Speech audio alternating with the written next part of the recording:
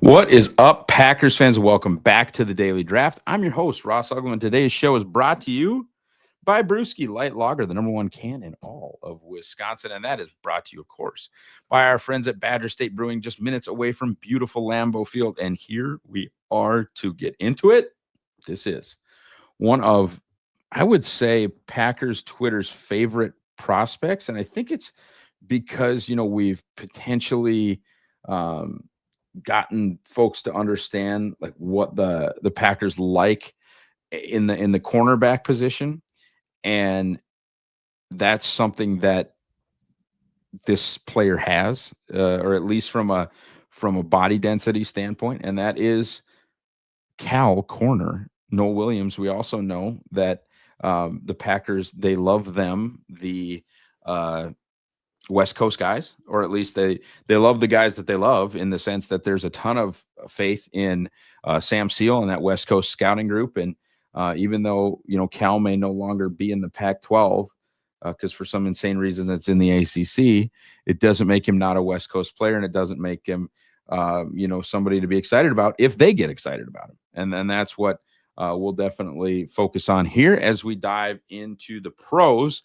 Number one pro, and this is something, so we'll get into this when we talk, but there's this falsehood out there.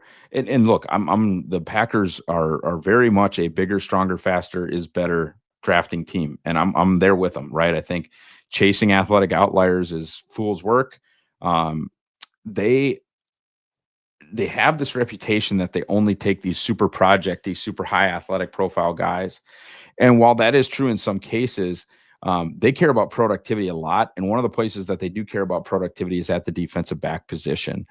They like guys who have been productive, especially on the ball. And my God in heaven is that Nohl Williams. He was crazy productive on the ball, totaling 25 pass breakups and 14 picks in his college career.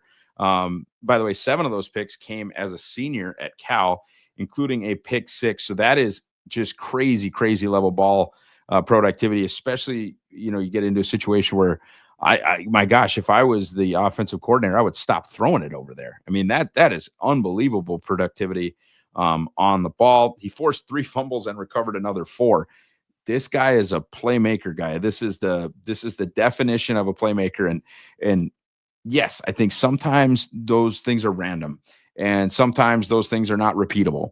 And that is maybe the case with Nohl Williams. But boy, you talk about 25 PBUs, 14 picks, 3 forced fumbles, and 4 recovered fumbles. And by the way, he took 2 of the recovered fumbles back for a touchdown. This guy just makes plays. And at some point, there's a knack for that, or there's football instincts associated with that. He has prototypical size. We're in the pros department here. Prototypical size at 6 foot and 199 pounds. That's not just prototypical size for the Packers. It is what they like. I mean, he has what you're looking at for the position. Not too tall, not too short. You hope he still has the wiggle to kind of get around. But man, he's impressive. He's a strong physical cornerback who's constantly in the right place at the right time, not only in the passing game, but I believe in the run game as well. And, I think him being in the right place, and I think I've basically already said that, but him being in the right place at the right time, I don't think you can call it a coincidence. I think at this point it has to be called instincts. He is a sticky cornerback who does not allow major separation, even from smaller receivers. And I believe he has quality reps on tape in both man and zone coverage concepts. I do believe he will have scheme versatility. Guys, buy the Green Bay Draft Guide, powered by Packer Report. Use promo code DAILY for $1 off. It's going to have everything you need to be ready for the draft. 225 plus player profiles. By the way, all of those player profiles are going to have Packers fits for every single player. You're going to have a 7-round Packers mock draft. You're going to have my Packers specific big board. It is the number one resource for sitting down with your iPad and watching all of the NFL draft coverage coming at the end of April. Cons, I think his athletic profile could potentially be limited. I think that's going to be why you're going to see him taken certainly a lot later than you would normally take a guy who, with the productivity, with the literal like score sheet, box score productivity that he has.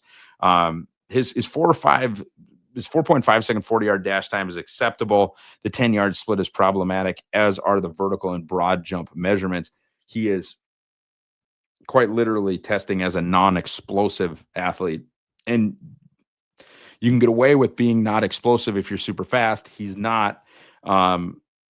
Or you can get away with it, I guess, with really, really good agilities, but we don't have those. We don't know what his 3-cone or his short shuttle is. And there's certainly playing football is a big aspect to playing football. Just talking about some of the athletic limitations. Obviously, I like Nohl, but there has to be something in the cons, right? I will say his lower body looks thin. It would support this theory of a lack of explosion, and maybe that can get fixed in a NFL strength and conditioning program. Like sometimes you can get some of that stuff ironed out a little bit. You're kind of a lot of times only as fast as you're ever going to be fast, but you can improve a vertical jump. You can get and do those box squats, baby. You can get that lower leg or lower half of his body a little bit more filled out, and maybe an NFL team sees that and can improve upon that. But from what I see, he looks thin through the trunk, and I don't know that, or that to me sort of informs his poor broad jump and poor vertical jump numbers. He's not a consistently strong run defender or a consistent tackler. That will drive Jeff Hafley nuts. He is a gambler's gambler. Nohl will and can get beat and will also commit penalties in bunches. He hasn't run any agility drills or shuttles. We know that. And on film, it doesn't seem like he'll excel side to side. He might not be able to hold up in man coverage with his athletic limitations at the NFL level. I say all that to say, again, the film is great. The productivity is great. You're just kind of wondering on an upside size. You're wondering on a change in competition. If it becomes a problem, like, can he do all of these things if he's covering Jamar Chase or Justin Jefferson, who he would have to help cover in Green Bay?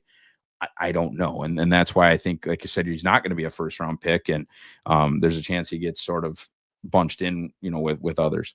Guys, head to Badger State Brewing during draft week.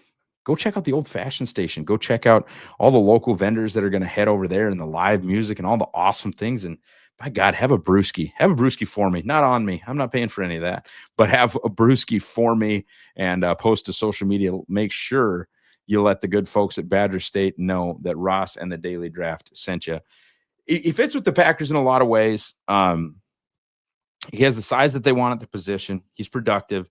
He plays on the West Coast, might have that Sam seal of approval. He's physical enough to play man and enough of a ball hawk to thrive if Jeff Hafley stays in a zone-heavy scheme. I think there's a lot of things that can work with Nohl. Ultimately, he's got a round 3 grade for me. He's one of my top 10 corners in this class. I think he's a really likely Packers fit. I think you're happy in round 3 and you're thrilled in round 4. I think he can help an NFL team win. Guys, drink Badger State, buy the guide, go Pack Go.